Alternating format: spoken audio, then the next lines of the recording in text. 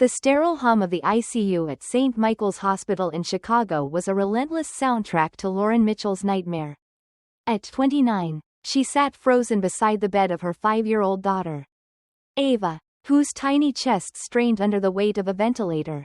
The monitors beeped in a cruel rhythm, each sound a reminder that Ava was fighting for every breath. 4 days had passed since Lauren rushed Ava to the ER. Her daughter's lips tinged blue, her small body racked with fever. What began as a stubborn cold had spiraled into severe pneumonia, a diagnosis that turned Lauren's world upside down. Lauren, a freelance web developer scraping by in a modest Lincoln Park apartment, was no stranger to hard times.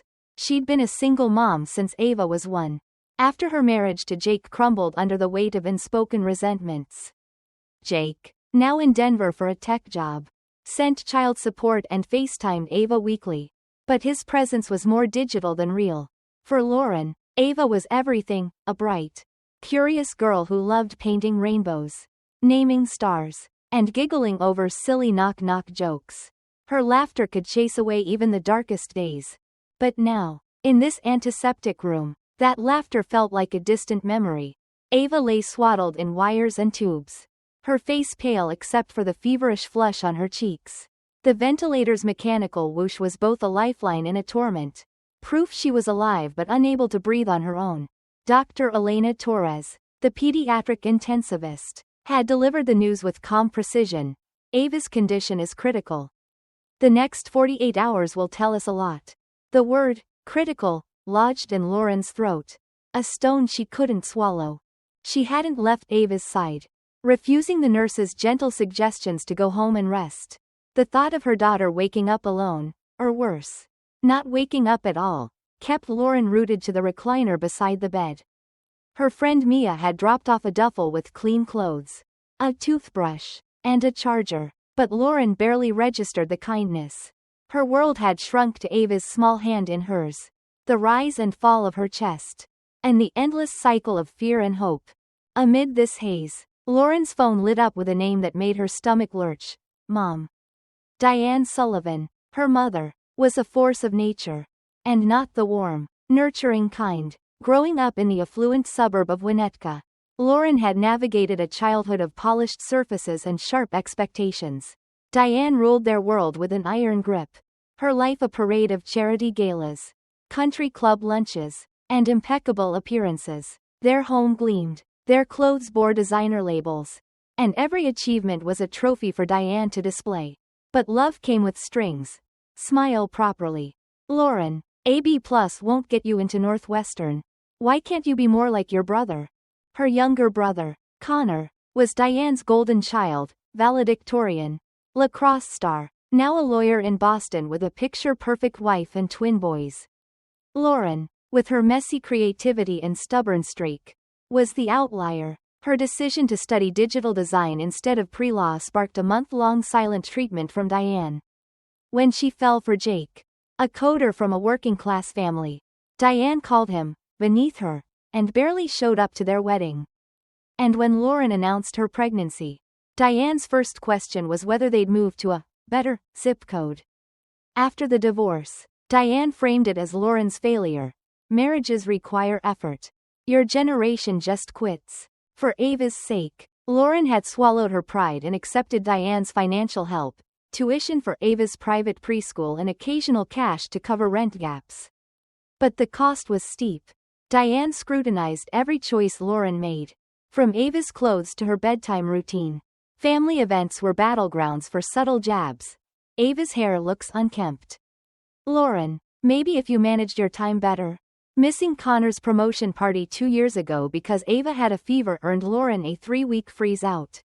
Last Thanksgiving, when they arrived late due to a delayed flight, Diane served them cold leftovers with a lecture on punctuality. Despite the tension, Lauren kept the peace for Ava, who adored her grandparents. Diane's husband, Richard, was quieter, kinder, slipping Ava extra ice cream and teaching her card tricks. He rarely challenged Diane but called Lauren privately to check in. Their brief talks a balm for her bruised heart. Things had been stable lately. Lauren had learned to keep Diane at arm's length, sticking to safe topics and limiting visits. Ava was thriving, her preschool teachers praising her imagination. Lauren had even started dating again. Casual coffee meetups with men who reminded her she was more than just Ava's mom. Then, 5 days ago, everything shattered. Ava's cold worsened overnight, her cough turning ragged, her breathing shallow. By dawn, she was gasping, her eyes wide with panic. Lauren called 911, clutching Ava in the ambulance, whispering, "You're okay, baby," while her own heart pounded. At the hospital, doctors whisked Ava away, leaving Lauren with a stuffed unicorn and a stack of forms she signed in a daze. The diagnosis, bacterial pneumonia with complications, came like a blow. Ava needed intubation and ICU care immediately. Now, on day 4, Lauren existed in a fog of terror, surviving on vending machine chips and stale coffee. The ICU felt like a separate universe, where time blurred and hope was rationed. Nurses moved with quiet efficiency, their faces kind but guarded. Dr. Torres updated her daily. The antibiotics are working. But Ava's lungs are inflamed. Her oxygen levels are low. She's fighting hard, but it's touch and go. Lauren nodded, her voice lost somewhere deep inside her. Then, in the late afternoon, her phone rang again. Diane. Lauren let it go to voicemail. Too drained for another lecture. 20 minutes later, another call, then a text. Call me back. This hospital nonsense has gone on long enough. Lauren stared at the words, disbelief cutting through her numbness. Hospital nonsense? Her daughter was on a ventilator. And Diane thought it was an inconvenience? When the third call came, Lauren stepped into the hallway. Her hands trembling, she answered, bracing herself. Lauren, finally, Diane snapped, her voice dripping with impatience. I've been trying to reach you all day. I'm at the hospital, Mom, Lauren said, her voice flat, hollowed out by exhaustion. Yes, I know, Diane sighed, as if Lauren were being difficult. But tomorrow is Connor's twins' baptism. And I need you to help set up. The florist arrives at 9. And I'll be at the church coordinating with the priest. Lauren blinked, certain she'd misheard. Mom, I can't leave. Ava's in critical condition. She might not, her voice cracked. Unable to finish the sentence. Oh, Lauren, don't be so dramatic. Diane cut in. Kids get sick. The doctors have it under control. You sitting there won't change anything. The words hit like a slap. Lauren gripped the phone, her knuckles white. She's fighting for her life. The doctors say the next day is crucial. I'm not leaving her. This is your problem. Diane pressed on, undeterred. You always exaggerate. Remember when you had that gallbladder surgery in college? I canceled a board meeting to fly out. And you were eating pudding by the time I got there. The baptism is a family milestone.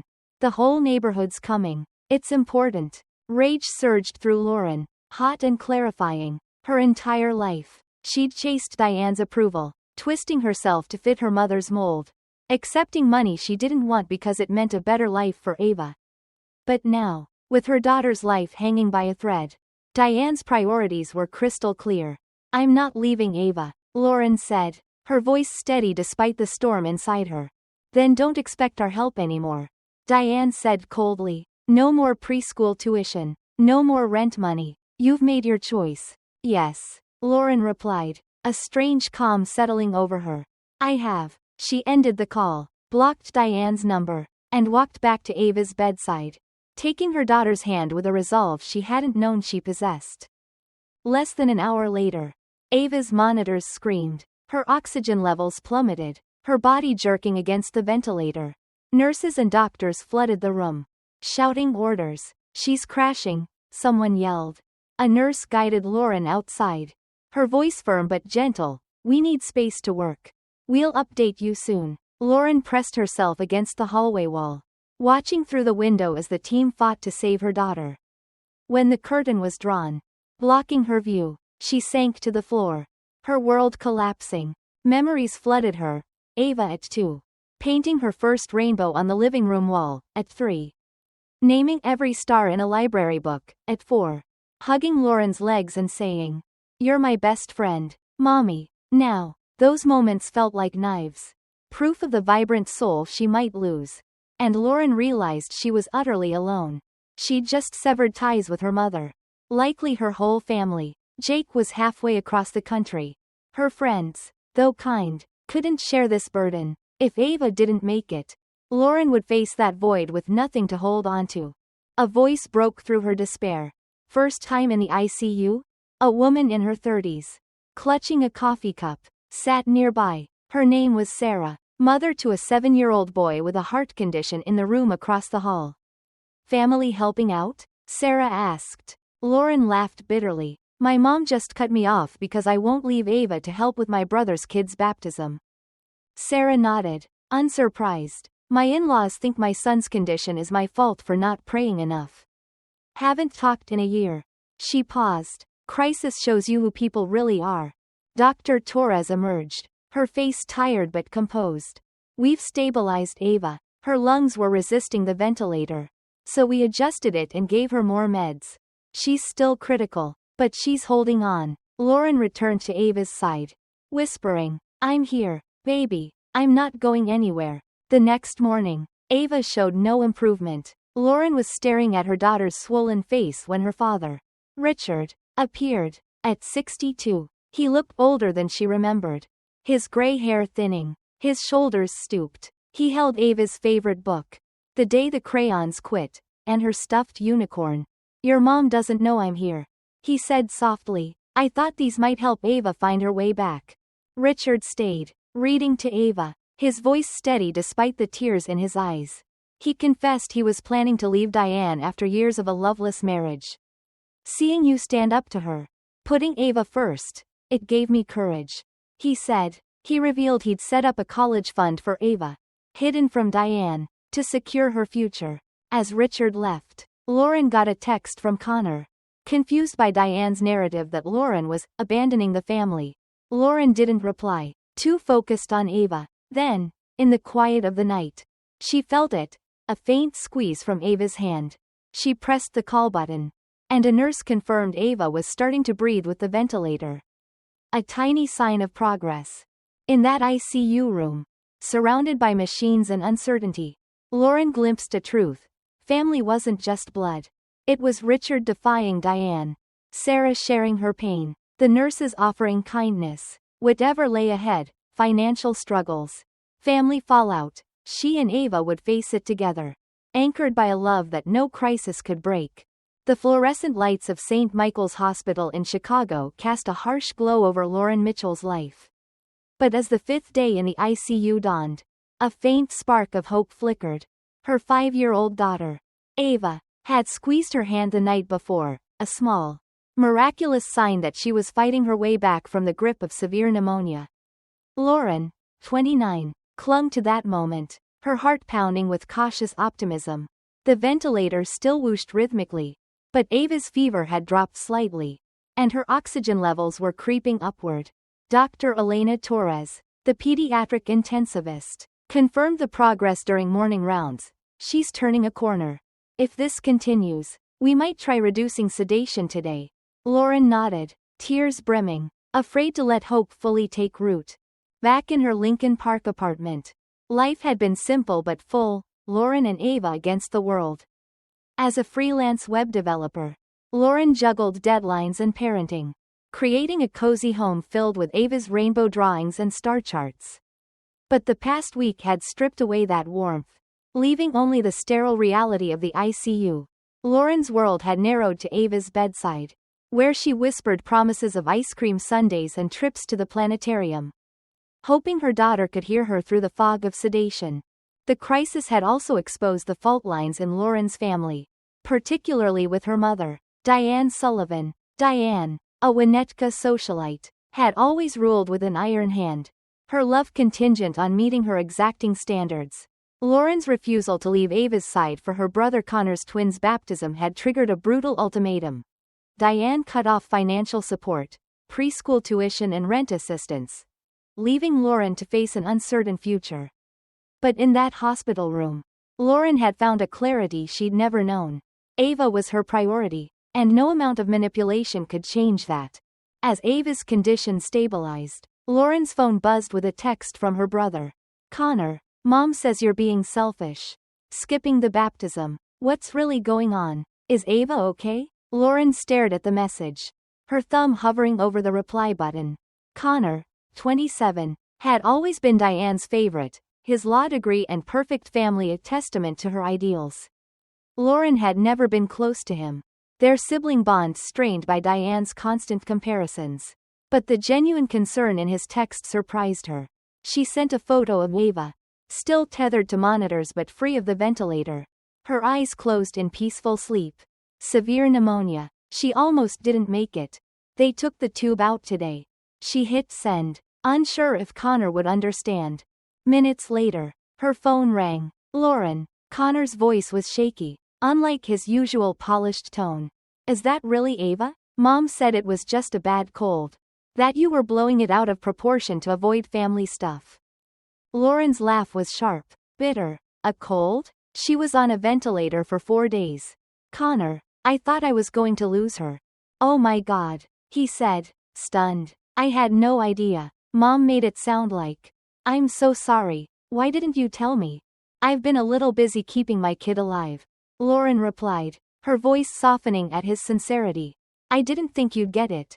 I didn't, he admitted. Mom's been on a tear, telling everyone you abandoned the family. The baptism was a disaster. She was snapping at everyone, complaining about loyalty. Dad slipped out halfway through, said his car needed a tire change. I should have known something was up. Lauren smiled faintly, picturing her father, Richard, sneaking away to visit Ava. He was here yesterday, brought her favorite book and unicorn. He's been amazing. I'm glad, Connor said. Listen, I don't agree with what Mom did. Cutting you off like that. It's not right. Is there anything I can do? The offer caught Lauren off guard. Connor had always followed Diane's script, never questioning her control. Not right now, she said, but thanks for asking. It means a lot. After they hung up, Lauren returned to Ava's bedside, where her daughter was stirring. Ava's eyes fluttered open, a weak but unmistakable spark in them. Mommy, she whispered through the oxygen mask, her voice hoarse but clear. I love you. Lauren's heart cracked open, tears spilling as she gently hugged Ava, careful of the remaining IV lines. I love you too, baby, so much. Ava drifted back to sleep. But it was a healing sleep now. Her breathing steadier, her face less strained. Later that day, Richard returned, his face etched with relief at Ava's progress. He brought Ava's star-patterned blanket and a tiny telescope model she loved. Thought these might brighten her day, he said, settling into the chair beside Lauren. As Ava slept, he shared stories of his own childhood, sneaking out to watch the stars with his brother. Building forts in the backyard. Lauren listened, realizing how rare these moments with her father had been, overshadowed by Diane's dominance. Then, quietly, Richard dropped a bombshell. I'm leaving your mother, he said, his voice steady but heavy. I've stayed too long in a marriage that's been empty for years. Watching you stand up to her, choosing Ava over everything, it showed me what courage looks like. Lauren stared at him, stunned. Richard had always been the peacemaker, avoiding conflict with Diane at all costs. Are you sure, Dad? He nodded. I've seen a lawyer, and I've set up a trust for Ava's education. Separate from your mother. It's enough for college or whatever she needs. She won't control it. Tears welled in Lauren's eyes. Dad, I don't know what to say. You don't have to, he said, squeezing her hand. You showed me what love really means, putting someone else first. No matter the cost. As evening fell, Ava woke again, her eyes brighter. She managed a few sips of apple juice, her first real intake in days. Dr. Torres confirmed Ava could move to the pediatric ward tomorrow if her progress held. She's a fighter, the doctor said, smiling. Lauren nodded, her heart swelling with pride and gratitude. The next week was a whirlwind of recovery. Ava grew stronger, eating small meals and even giggling at a nurse's silly faces. By day 7, she was discharged, her cheeks rosy again, her energy returning in small bursts. Richard drove them home, his car stocked with groceries and Ava's favorite snacks. Didn't want you worrying about shopping, he said, helping Ava into her booster seat. At their apartment, Lauren was stunned to find a welcome home surprise. Neighbors, friends, and Ava's preschool teacher, Miss Carter, had transformed the space with balloons, a welcome home, Ava, banner, and a fridge full of meals.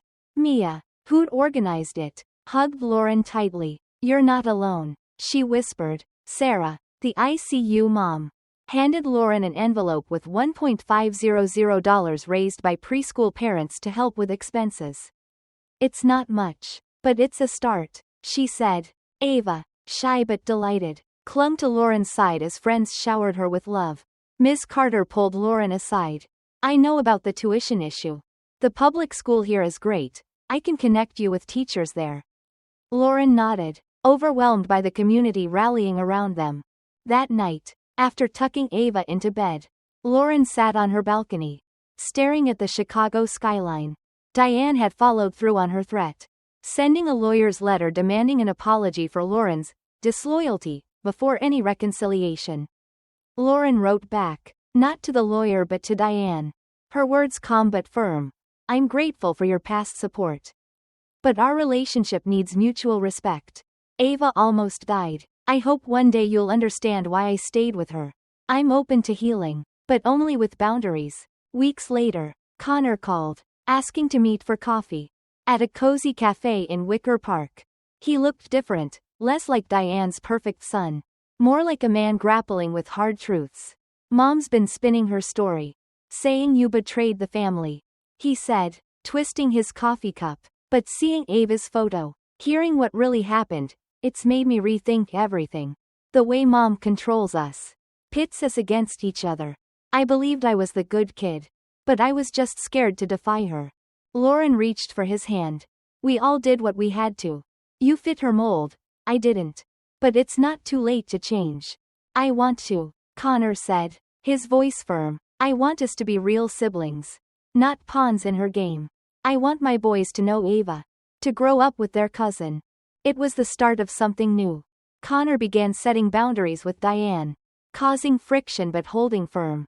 His wife, Emily, supported him, revealing her own discomfort with Diane's control.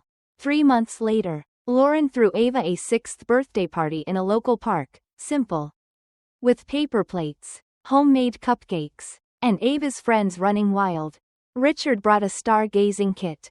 Connor and his family joined, and Sarah and her son came too. The laughter, the chaos, the love, it was the opposite of Diane's orchestrated events. And it was perfect. Lauren found a higher-paying design job, enrolled Ava in public school where she thrived, and built a lean but sustainable budget. Diane remained distant, demanding apologies, but Lauren felt at peace. Her real family, Richard, Connor, Mia, Sarah, Miss Carter, had shown up when it mattered most. As Ava presented Lauren with a drawing labeled "My True Family," stick figures of everyone who'd stood by them, Lauren knelt down, hugging her daughter. "It's perfect, baby," she said. Under the stars that night, Lauren knew the crisis had reshaped her.